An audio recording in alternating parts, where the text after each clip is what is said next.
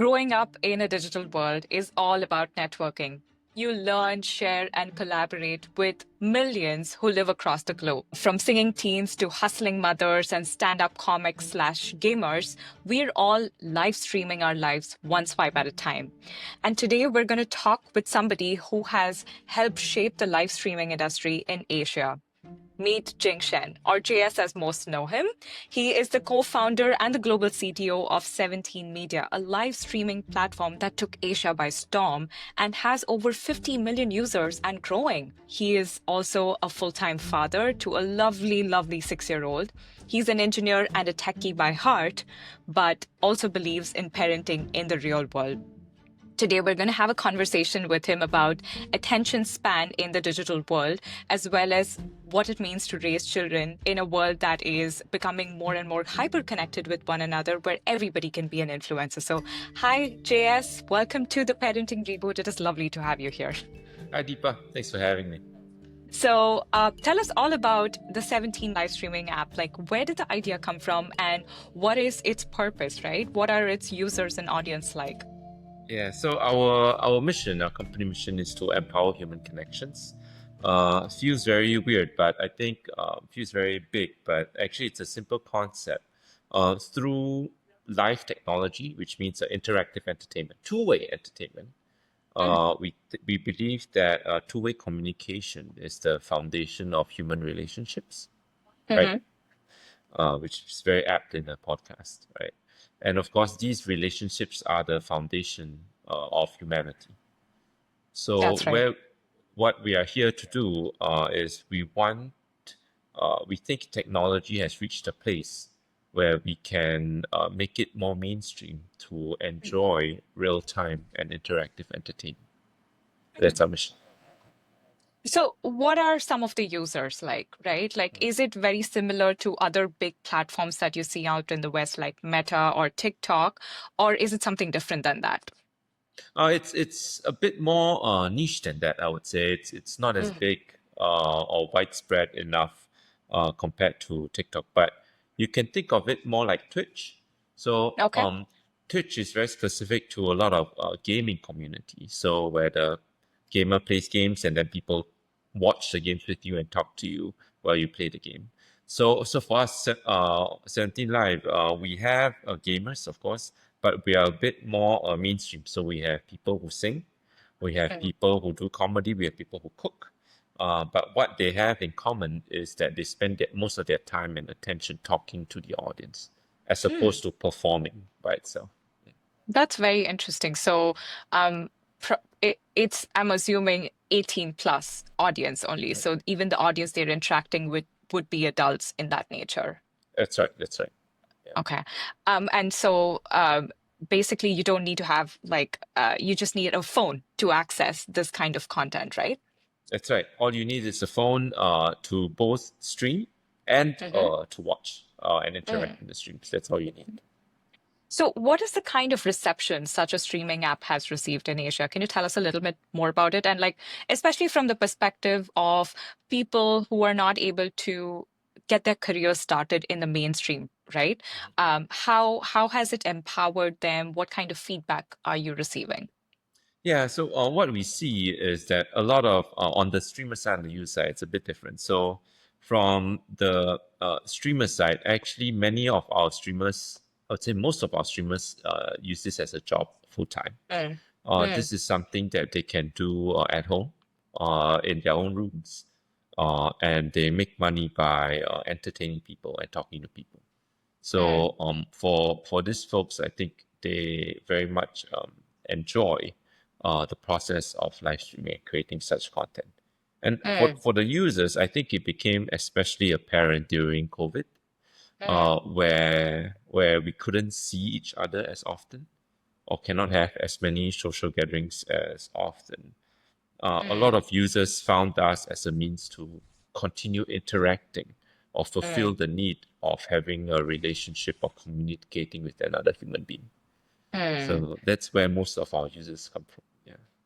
That's pretty interesting because like a lot of like I had mentioned in my introduction, and also increasingly research is showing us that young people prefer digital media related careers. It's so easy to become a creator these days.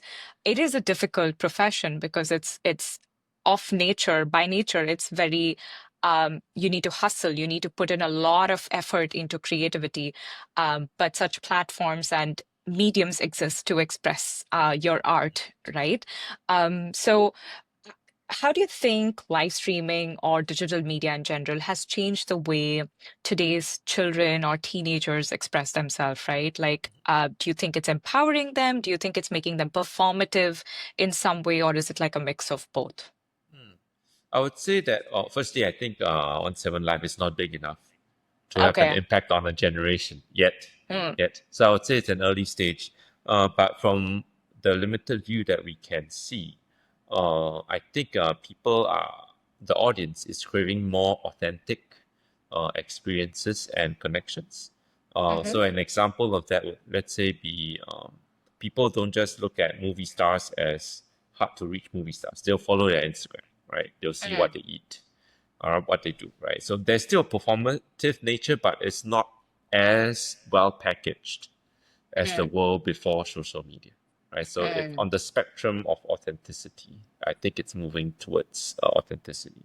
And where live mm, streaming comes in is that there's even less room for packaging because mm, it's real time, right? mm, And there's no script because you're responding to users as they comment straight away mm, live, right? Like a real conversation. So I believe it is opening up more doors or fulfilling this need for more authentic and real connections. Yeah. mm. That's really interestingly well put because you don't find authenticity in a lot of digital connections. And that's kind of been like a main argument, if you must say, by critics. But that's interesting that live streaming is that two-way street where you're able to engage with the users, and you're able to answer their questions and be more open and be more friendly in that way, right? Um, but I know maybe I'm getting too technical here, so I want to switch gears a bit, JS, and talk a bit about your background also as a parent, right? Like, what changed? Tell us all about your little one. What changed after you became a parent, and how do you view tech from the lens of a father now? So I would say, I mean, tech has always been, I've always been tech, so it's not a separate part of my brain. Yeah. But in terms of what children come with, I think it forces you to be uncomfortable with unreasonableness Mm, uh, or using reason or rationale to convince something or someone like my child. So sometimes it just doesn't work. Sometimes you just need a sweet or a donut, right? Something like that. So I think it does bring the humanity a bit more away from the data-driven world of tech and technology into the more human and emotional side of life. Which mm, I actually think, other than tech people, for most other people, it's 80-90% of their lives. mm, But for a tech person, it's actually quite low. mm. So Yeah. it's connected with a more human part of you. Is it difficult? Has it been a difficult journey to shift into that parenting mode? Oh, I mean, time pressures increase. I think all parents can recognize that. I don't Mm, think it's specific to a tech person or mm, entrepreneur. I think it's just time. You have less time for everything, mhm, so you have to juggle more. mm, I think that's the biggest change for me. And I think when I mm, had my kid, it was right in the start of COVID. mm, So in that sense, the I think the kid provided the human interaction that I needed, or a lot of people didn't have during COVID. Yeah. mm, mm.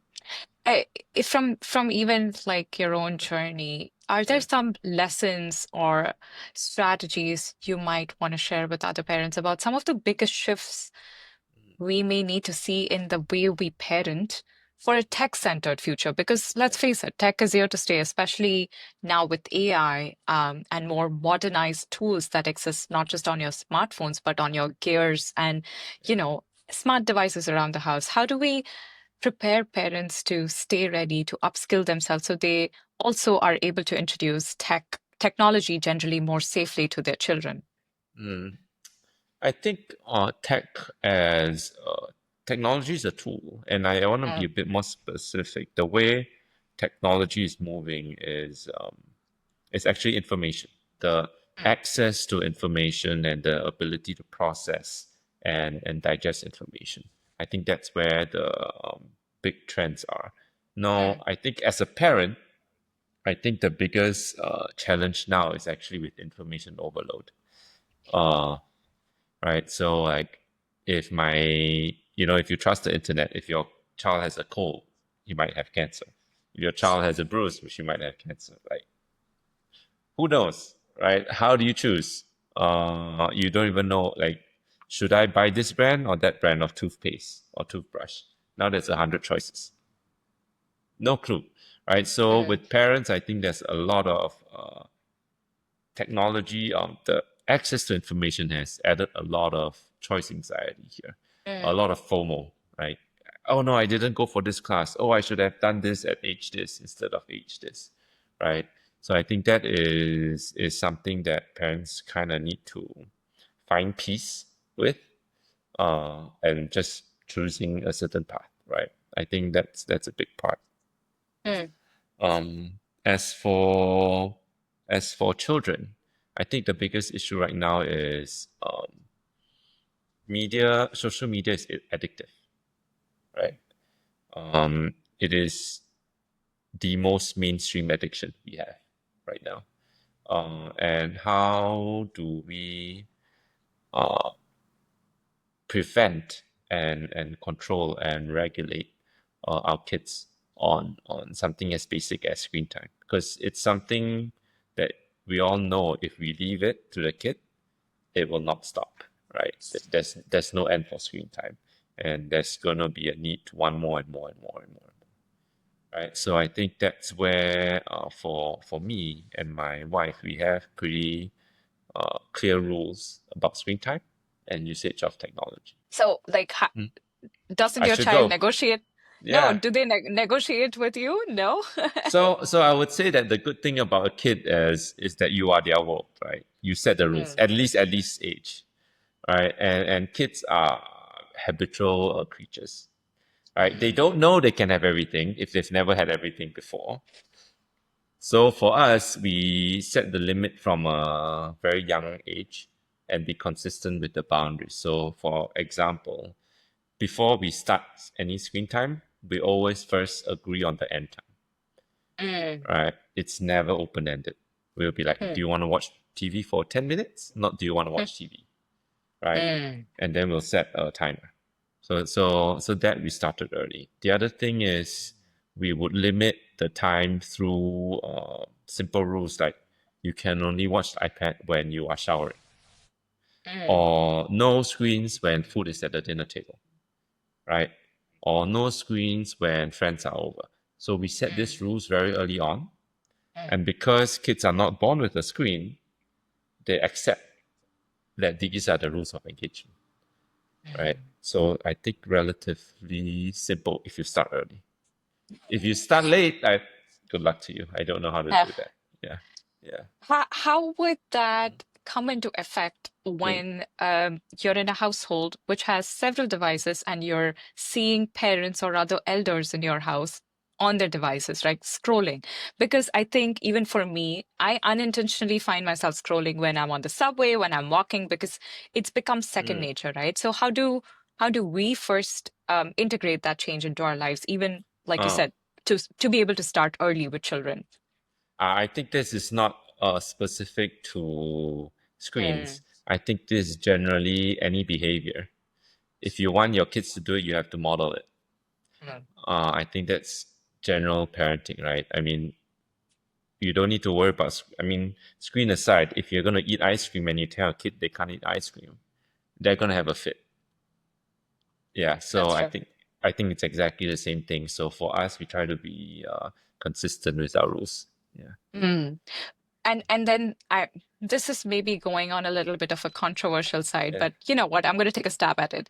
Yeah. There's an also other spectrum Mm. which claims that we shouldn't introduce technology to children at all, especially screens, right? Mm. Like they, and to a certain degree, researchers are right in, confirming that the number of mental health problems has increased, screen addiction has increased, teenagers have very low self-esteem by the time they are going to high school because they have smartphones in their app or they're on social media platforms, etc. Right? So there is a whole movement now going towards, oh, no screens, absolutely zero technology. So from like, and you're in the tech industry yourself, right? So from that perspective, what do you see is kind of Mm. the right way forward? I can't say the right way. I'll say my way. Your way, Might not be yes. right. So what I would say is that with all new technologies, to be a try not to be a luddite, right? The adoption Mm, will always come with fears. Right now it's screens. Actually, right mm. now it's AI. Yeah. 5 years ago, it was big data, right? Another 10 years ago, it was mobile phones. And then before Mm, that, it was TV. Before that was rock music, rap music, all kinds of fears come out, right? I won't dismiss the fear, but I would have to say that we have to assume that the kid will be exposed to it eventually, yes. Mm, right? And my position is that if they are going to be exposed to it eventually, I better train them on how to manage it early on, as mm, opposed to avoiding. mm, Um, so I think that's where I will start. I most definitely am not in the camp where it should be unrestricted, mm, because as I mentioned, it is addictive, and companies are not incentivized to be for social good, right? They're incentivized for attention and profit. Nothing wrong with that, but that is the game that is being played with the companies, right? And they're really good at it, really good at it. So I think teaching the kid how to live in a world where the access is unlimited, but how to limit your own access and to understand its impact on yourself is the approach, right? Very similar mm, to I always when we talk to my kid, I always liken screen time to snacks. I would say mm. that if I give you unlimited candy, you are going to want to eat all the candy, but it's not good for you. So screen time is snacks for the brain, um, as far as I'm concerned. So I'm just teaching her the need to regulate these mental snacks early on. That's that's such a good punchline. Screen time is snacks for brain. I think that's a Yeah, very good way it's to yours for free. Please take it. it's good to it's a good way to teach a toddler or a young child what screen time essentially is. That's pretty cool. That's amazing, JS. I want to pivot a bit into ethics Mhm. now. And I know you lightly touched on AI as well, which was where this conversation was headed to, right? I believe it's too young for your child to engage with artificial intelligence yet. Do you have AI apps that you use at home? Um, Well, it's almost unavoidable now because Alexa, Google, Siri, they're all powered by AI now. yeah. So they are, and my kid does use it, so they have Mm, access to it right now. okay. And what about AI or digital media in school? Do they use that in school actively yet? They do, they do. The school even at one point was pitching me NFTs for my children's artwork. What? Exactly. Tell me more about this. How is this school so advanced that they're already pitching NFTs? Oh, that was many years ago when Wow. NFTs were hot. Yeah, yeah. I mean, they're businesses; they need to make money. Should it? I think technology is a tool. Depends on the Mhm. means, right? If you're using it as a tool to feed their curiosity, to let them learn more about the world, then all for it. If you're using it as a tool so that you can sell prospective uh, parents that this is a great kindergarten to enroll in, then no. If you're using it as okay, I give kids the technology to babysit the kid for me so I don't need to teach, also no. Yeah. Mm. So there are clear good versus bad uses of technology, especially in education. They can definitely be used to guide, to assist teachers or improve the quality of education or the level of competence. But anything else aside or over and beyond those may Yes, be in the harmful sections, right? So, that's right. um, yeah, so thinking about also ethics, and perhaps you can um, tell me, based on examples of how even 17 Media as an app is designed or how it works, right? Like how, you know, what role does ethics play when it comes to UX and UI design for humans, right? Especially when you're building technology or building an AI for human level intelligence, what role does it play? And like, what do you wish tech companies did more or did differently to build ethically designed apps for Mhm. youngsters? Yeah, I would say that we are lucky for 179 because I think that our mission and profit, the way we make money, is very aligned with what I think is morally correct, which is to empower Mm, human connections. Right. So we are mm, lucky in that sense. I would say most companies might have to face the choice of making money or being nice. mm, Right. And unfortunately, I do not think it's sufficient to rely on companies to self-regulate. mm. Uh, because the ones who be nice make less money and then they close down and go bankrupt. Right. Yeah. So I do think that it is up to the regulators to set the rules of the game Mm, and create boundaries and incentives. Sometimes, if by miracle we have a big company that's willing to be nice and stay nice, mm, but I don't think that has been the arc of history. Uh, mm, Especially when the incentives are profit at all costs, right? mm, So I do think that the right approach is regulation mm, in that sense. That's it for us. I mean, we don't target kids at all. mm, So for us, we skip that. But that's it. There are also social costs to screen addiction. I mm, would say not just to kids but to adults. And I actually think right now it's even a completely unspoken problem. Like nobody talks mm. about it. We are focusing on kids, right?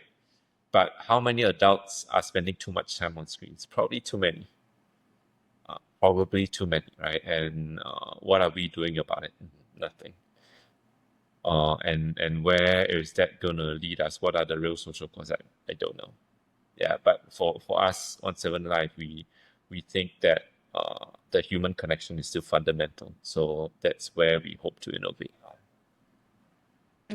That's really well put. Like, and you're opening doors for a whole other conversation. You're right in saying that there is no way to monitor or question how much time adults or parents themselves are spending on social media, and what impact does it have, right? Like I was jokingly talking to another parent saying that I rely more on ChatGPT probably and Google to tell me more about parenting than I would perhaps talk to my own grandparents or in-laws and parents, because I feel this is more up-to-date advice and this is how parenting should be done, right? So um, maybe we can dig a bit deeper there, JS, right? Did you have to yourself rely on social media apps and technology to figure out parenting?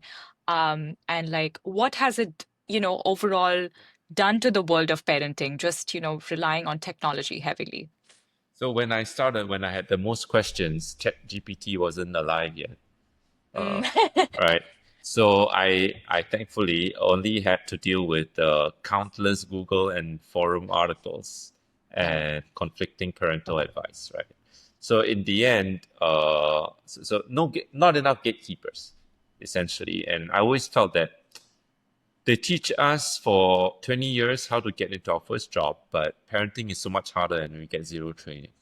I always found that a bit weird in society. But back to the point. So what I ended up relying a lot on is I try to find trusted media sources. So thankfully, I think New York Times had a parental milestone guide that's backed by science. Mm-hmm. So I kind of use that as the overarching guide to tell me whether my kid's on the right track or not. So I found my own gatekeeper there, but it did lead to a lot of confusion at the very, very, very beginning, especially for Asian people, right? So Deepa, you're Indian, so I'm Yeah. Chinese, right? And we have very weird ways of parenting and very, very specific to culture. But what's online, it's mainly for a Caucasian audience a lot, Yeah. right? So there's another layer of confusion for us. So I think yeah, I had to navigate it. I wish I didn't have to navigate it, but I had to navigate it. Right now, I'm thankful to have ChatGPT because at least I think it has served as a better gatekeeper than Mm. just pure search engines in the past or forums in the past. So yeah, I do think that this level of gatekeeping would be super helpful to Mm. parents who are facing all the choice anxiety and information overload. I think you nailed it right on the head by pointing out the fact that, and that's the same dilemma I had, even though I have an Indian background and my daughter was born in Canada and we're raising her in different parts of the world. Even through my pregnancy, postpartum, I did not have enough sources or role models to look up to that came from my community, or were going through something similar I did, because all the information, all the research back that I was being thrown at, or podcasts that I was listening to, was all by white women or the Caucasian audience. And it's weird. It made no sense because even in the Chinese culture, I know there's a 30-day, 90-day confinement period after your babies are born, and the same thing is in the Indian culture as well. And things like that, right? Like a lot of different things to do with nutrition, to do with postpartum depression, or even to do with navigating how to, um, give the right kind of nutrition to your baby, to how they sleep with you, co-sleeping versus putting them in a separate room Yep. in the crib of their Yes. own, and things like that, right? So yeah, we need more such conversations. And you pointed out an interesting thing about gatekeeping, where you mentioned ChatGPT is kind of a better model or solution for parents today. Can you talk to me a bit more about why you think that is, especially now that there are also other problems coming up with the latest versions of like ChatGPT? For example, in between, it was seen to be too glazing, right? Like it's agreeing probably too much with everything that you're putting out there. So, in terms of that, can it still be closer to truth, or finding you the right solutions that fit for you?